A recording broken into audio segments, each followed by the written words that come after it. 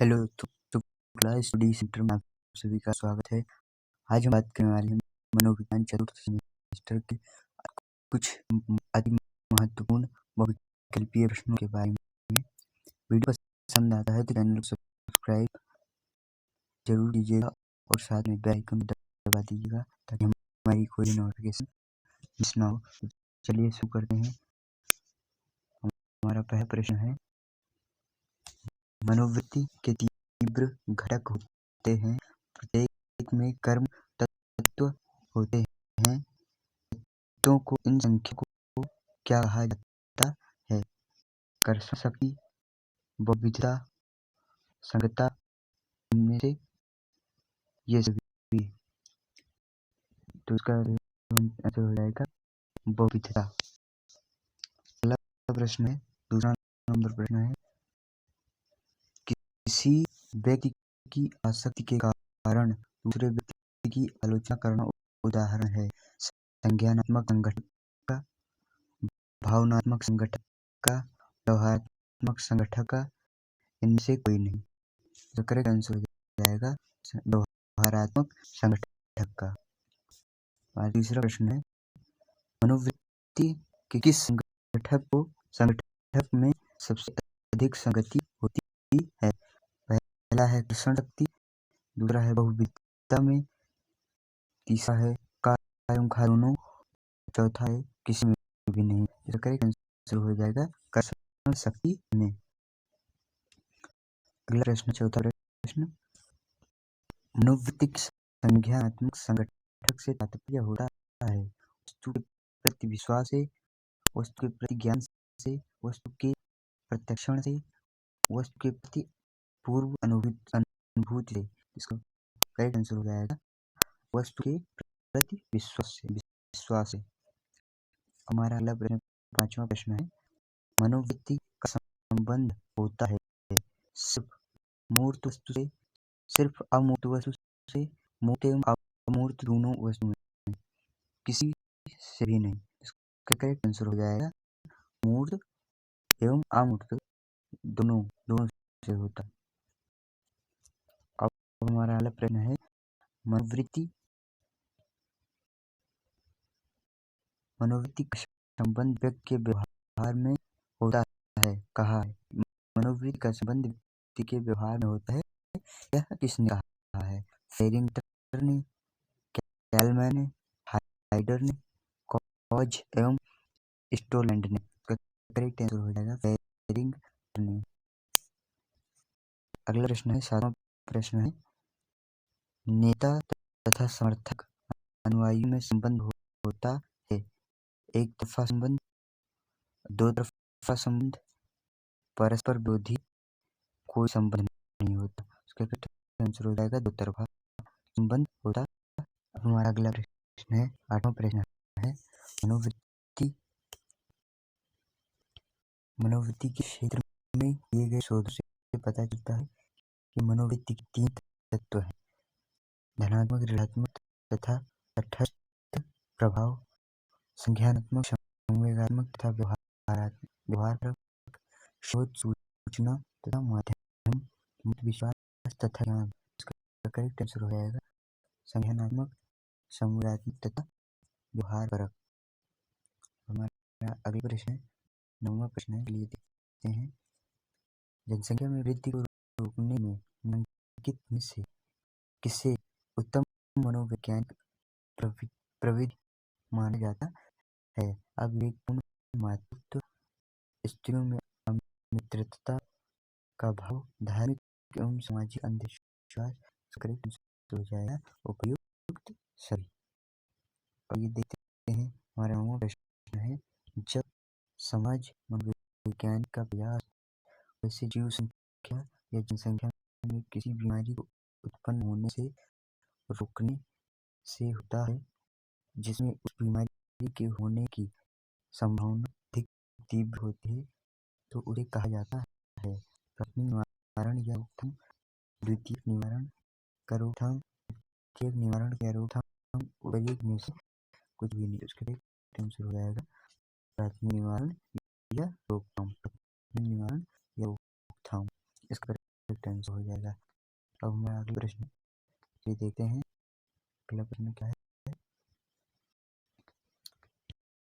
जब व्यक्ति प्रत्यक्ष का आधार चेहरे की बनावट होता है तो इसका संबंध निम्नलिखित में से किसको माना जाता है? प्रकृति विज्ञान, गति क्रम, प्रोक्सेमिक्स, परिभाषा। इसका करेक्ट आंसर हो जाएगा प्रकृति विज्ञान। अगला प्रश्न है हमारा, शारीरिक बनावट के आधार पर भी हम दूसरों के बारे में छवि का निर्माण करते हैं। इस दिशा में महत्वपूर्ण संकेत मिले हैं सेल्ट के अध्ययन से, क्रेचमर के अध्ययन से, स्टीमेंस के अध्ययन से, सेगार्ड के अध्ययन से। इसका करेक्ट आंसर हो जाएगा सेल्ट के अध्ययन से। अब देखते हैं हमारा अगला प्रश्न है 13वां प्रश्न है। 13वां प्रश्न है हमारा, शेल्डन के अनुसार यदि किसी व्यक्ति का शारीरिक आकार मोटा मोटा और गोलाकार दिखता हो, इसके आधार पर इसके बारे में छवि का निर्माण सामान्यतः होता है कि वह आराम पसंद व्यक्ति है, वह शारीरिक सुख सुविधा तथा खाने पीने में मौज करने वाला व्यक्ति है, वह बाह्य उद्दीपकों के प्रति मंद गति से अनुक्रिया करने वाला है। प्रयुक्त तीनों की तरह की विशेषताएं हैं। करेक्ट आंसर हो जाएगा उपयुक्त तीन। देखते हैं अगला प्रश्न है 14वां प्रश्न है, पूर्व आवश्यकता की संतुष्टि की परिस्थिति में एक व्यक्ति द्वारा किया गया तथा अन्य अंतःक्रिया दूसरे व्यक्ति के लिए एक पुरस्कार का काम करता है, एक दंड का काम करता है, एक विशेष लक्ष्य की उत्पत्ति करता है, उपयुक्त में से कुछ भी नहीं करता है। तो करेक्ट आंसर हो जाएगा एक पुरस्कार का काम करता है। अब मेरा अगला प्रश्न 15वां प्रश्न है, प्रादेशिकता या भूभागीयता कई कार्यों में से इसमें शामिल नहीं किया जा सकता है। भूभागीयता सामाजिक संगठन को कमजोर करता है। भूभागीयता सामाजिक अनुक्रिया में वृद्धि होती है। भूभागीयता से सामूहिक या व्यक्तिगत पहचान बनती है। भूभागीयता से मनुष्यों को सुरक्षा मिलती है। इसका करेक्ट आंसर हो जाएगा भूभागीयता सामाजिक संगठन को कमजोर करता है। इसका करेक्ट आंसर हो जाएगा।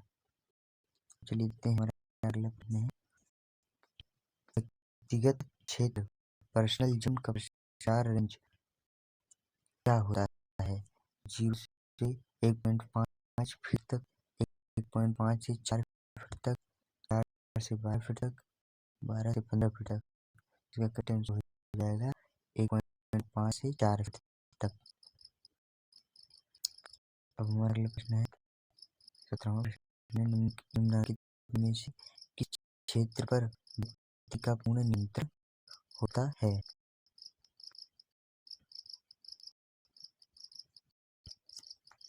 प्राथमिक क्षेत्र, गौड़ क्षेत्र, सार्वजनिक क्षेत्र, ऊपरी में से सिर्फ का तथा खाकर। करेक्ट आंसर हो जाएगा का प्राथमिक क्षेत्र। अब हमारा अगला प्रश्न है 18वां प्रश्न है, लिखते हैं प्रथम छवि के बारे में निम्नलिखित में से कौन सा कथन सही है? प्रथम छवि उत्तर सूचनाओं के लिए एक छलना का कार्य करता है। प्रथम छवि को बदला नहीं जा सकता। प्रथम छवि बहुत महत्वपूर्ण होता है। प्रथम छवि प्राय सही होते हैं। करेक्ट आंसर हो जाएगा प्रथम छवि उत्तर सूचनाओं के लिए एक छलना का कार्य करता है, मतलब छानने का काम करता है।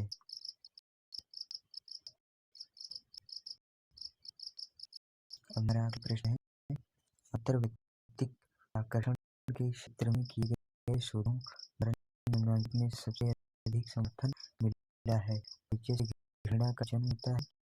प्रथम छवि को बदला नहीं जा सकता। प्रथम छवि बहुत महत्वपूर्ण नहीं होता है। प्रथम छवि प्रायः सही होते हैं। करेक्ट आंसर हो जाएगा प्रथम छवि प्रायः सही होते हैं। अब हमारा अगला प्रश्न है 20वां प्रश्न है, सामान्य ज्ञान विज्ञान के अनुसार यदि कोई व्यक्ति बहुत ही ढील-ढाल ढंग से मिलाता है, ढीले-ढाले ढंग से द्वारा मिलाता है तो सामान्यतः वह समझा जाता है कि व्यक्ति में सौहार्दता की कमी है, व्यक्ति घमंडी प्रकृति का है, व्यक्ति दूसरों को स्नेह देना जानता है, व्यक्ति में आत्म केंद्रित काफी है। इसका करेक्ट आंसर हो जाएगा व्यक्ति घमंडी प्रकृति का है। ये देखते हैं हमारा अगला प्रश्न है, किसी व्यक्ति के बारे में छवि निर्माण में कभी कभी व्यक्ति दूसरे व्यक्ति द्वारा दिखलाए गए क्षणिक गुण व्यवहार के आधार पर उससे संबंधित कई स्थायी गुण होने से पूर्व कल्पना कर लेता है। इस तरह की प्रक्रिया की समाज मनोवैज्ञानिकों ने सामाजिक विस्तार की संज्ञा दी है, स्थानांतरण की संज्ञा दी है। इसका आंसर हो जाएगा सामाजिक विस्तार की संज्ञा दी है। तो आइए देखते हैं हमारा अगला प्रश्न है, 22वां प्रश्न है, राम एक ऐसे व्यक्ति से मिलता है जिसे देखते ही उसे अपने दोस्त की याद आ जाती है, क्योंकि उस अपरिचित व्यक्ति की चाल ढाल तथा शारीरिक बनावट उसके दोस्त के अनुरूप है। ऐसी परिस्थिति में वह उस अपरिचित व्यक्ति में उन सभी गुणों का होने का अनुमान लगा होता है तो उसके दोस्त में है। इस प्रक्रिया का संबंध है सामाजिक विस्तार से, लाक्षणिक सामान्यीकरण से, श्रेणीकरण से, उपयुक्त में से कोई भी नहीं। उपयुक्त में से नहीं। हमारा अगला प्रश्न है, जब हम किसी व्यक्ति के बारे में मात्र उसके वर्ग या श्रेणी जिससे उसका संबंध होता है के आधार पर एक छवि का निर्माण करते हैं तो इसे कहा जाता है सामाजिक रूढ़िकृत, सामाजिक सुगमता, सामाजिक मनोवृत्ति, सामाजिक प्रत्याक्षण। इसका करेक्ट आंसर हो जाएगा सामाजिक रूढ़िकृत। हमारा अगला प्रश्न है, सामाजिक रूढ़िकृत के आधार पर छवि निर्माण करने में निम्नलिखित से किसे सबसे महत्वपूर्ण दोष माना गया है। यहाँ प्रत्याक्षणकर्ता उन गुणों के बारे में सहमति दिखलाता है जो श्रेणी के लोगों में सामान्यतः पाया जाता है। यहाँ व्यक्तियों को कुछ विशेष गुणों के अनुरूप श्रेणीकृत किया जाता है। किसी वर्ग या श्रेणी में आने वाले व्यक्ति में उस वर्ग या श्रेणी के सभी गुणों को होते मान लिया जाता है। यहाँ वास्तविक शील गुण तथा आरोपित शील गुण ये अंतर होता है। तो करेक्ट आंसर हो जाएगा किसी वर्ग या श्रेणी में आने वाले व्यक्ति में उस वर्ग या श्रेणी के सभी गुणों को मान लिया जाता है। अब हमारा अगला प्रश्न है, चलिए देखते हैं जो 25वां प्रश्न है, व्यक्ति प्रत्याक्षण के कई ढंगों में निम्नलिखित में से कौन ढंग को गलत माना गया है। यहाँ प्रत्याक्षणकर्ता उन गुणों के बारे में सहमति दिखलाता है जो श्रेणी के लोगों में सामान्यतः पाया जाता है। किसी व्यक्ति को उसके केंद्रीय शील गुणों के रूप में वर्णन किया जाता है। किसी व्यक्ति का वर्णन संगत शील गुणों के गुच्छ के रूप में किया जाता है। किसी व्यक्ति का वर्णन कुछ हद तक उसके गत इतिहासकार पर निर्भर करता है। करेक्ट आंसर हो जाएगा किसी व्यक्ति का वर्णन कुछ हद तक उसके गत इतिहासकार पर निर्भर करता है। यह करेक्ट आंसर हो जाएगा। आइए देखते हैं हमारा अगला प्रश्न है 26वां प्रश्न है अधिक देर से भोजन से वंचित परियोजनों द्वारा अस्पष्ट चित्रांकनों में भोजन सामग्रियों के बारे में अधिक बतलाया गया था। मनोविज्ञान प्रयोगों के इस महत्वपूर्ण परिणाम का संबंध है लेवाइन, चीन तथा मर्फी के प्रयोग से, टेलर के प्रयोग से, लेजारस एवं मर्फी के प्रयोग से, मैकिल लैंड तथा मर्फी के प्रयोग से। तो उसका करेक्ट आंसर हो जाएगा लेवाइन, चीन तथा मर्फी के प्रयोग से। अब अगला प्रश्न आइए देखते हैं सामाजिक प्रतिरक्षण के क्षेत्र में किए गए प्रयोगों से स्पष्ट हुआ है कि जब व्यक्ति की आवश्यकता या अभिप्रेत की शक्ति एक निश्चित सीमा को पार कर जाती है तो वैसी अवस्था में व्यक्ति का प्रतिरक्षण अधिक तीक्ष्ण हो जाता है, व्यक्ति का प्रतिरक्षण विकृत हो जाता है, व्यक्ति के प्रतिरक्षण अस्पष्टता बढ़ जाती है, व्यक्ति के प्रतिरक्षण एवं चिंतन दोनों ही दोषपूर्ण हो जाते हैं। तो इसका करेक्ट आंसर हो जाएगा व्यक्ति का प्रतिरक्षण विकृत हो जाता है। हमारा अगला प्रश्न है 28वां प्रश्न है सामाजिक प्रतिरक्षण सम्मिलित होता है प्रज्ञानात्मक अनुभूतियों पर सामाजिक कारकों के पहले वाले प्रमाण, प्रज्ञानात्मक अनुभूतियों पर व्यक्तिगत कारकों के पड़ने वाले प्रभाव, सामाजिक वस्तुओं के बारे में प्राप्त अनुभूतियाँ, वही तीनों तरह के प्रभाव एवं अनुभूतियाँ। ये जो करेक्ट आंसर हो जाएगा ये तीनों, इसका करेक्ट आंसर हो जाएगा। वीडियो पसंद आया तो चैनल को सब्सक्राइब करें, लाइक करें और अपने दोस्तों में शेयर करें। मिलते हैं नेक्स्ट वीडियो में।